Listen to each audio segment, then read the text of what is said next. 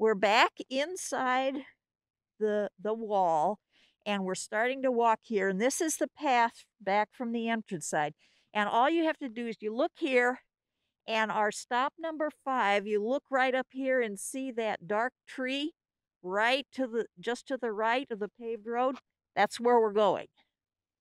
It's a hackberry tree, by the way. And as we approach it, just keep looking at it and see what shows up.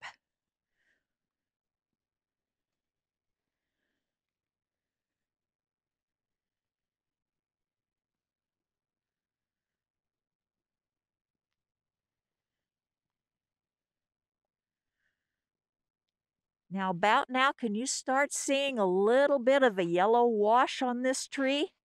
We'll keep getting closer and closer.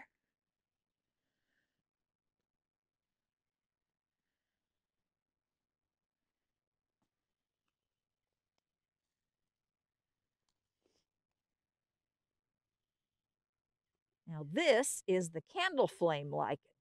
It is one of the lemon lichens. It's in the same group, but this is specific. Candle flame is specific to this particular species. It's really common on street trees in Madison.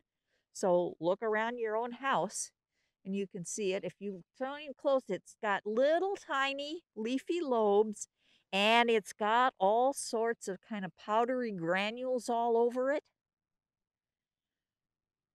And it goes from about here to, well, however far up you can see it.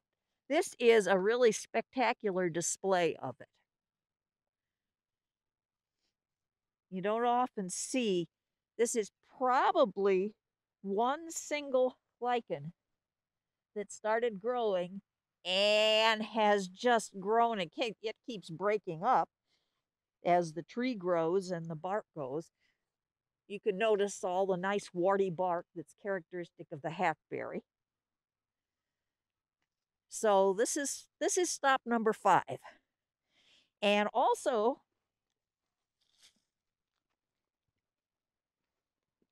at stop number 5 is this mossy branch that if you look in the distance, you can see all these mossy logs. This branch was down there among you, and I brought it to the edge of the road here so you can see it without having to walk in. This is a frost lichen, and I'm going to check my cheat sheet and make sure I give you. Oh, this is the bottle brush frost lichen, and it's called for. It's got it's this brownish gray, and if you look really close, they're pale tips on all the lobes. That's a frost-like powdery coating, very fine, finer than flour, on the tips of these, and that's where it gets the name frost lichen. The whole group of them, of several species, has that characteristic. And bottle brush refers to the shape of the little root-like fibers coming out of the bottom, which we aren't going to show you, but they're there. And you can see all of these all along here on this branch. This is kind of characteristic of lichens. You can see there may be 10 or 15 of them along this branch. And I walked out through all of those. And this is the only branch I saw that had so many lichens on it. That's characteristic. Now, the rest of the time, we're going to walk up this road. I just want to point out that early spring is a great time not only to see lichens because they're not obscured by all the other plants, but you can also see into the woods all the way along. And every once in a while, you can see a tree with lots of spreading branches, low branches, and knobs on it. That's a tree that grew up when it was open here. Not many trees. And then you can see these other trees that are younger and a little smaller that are straight. They grew up as the forest was closing in.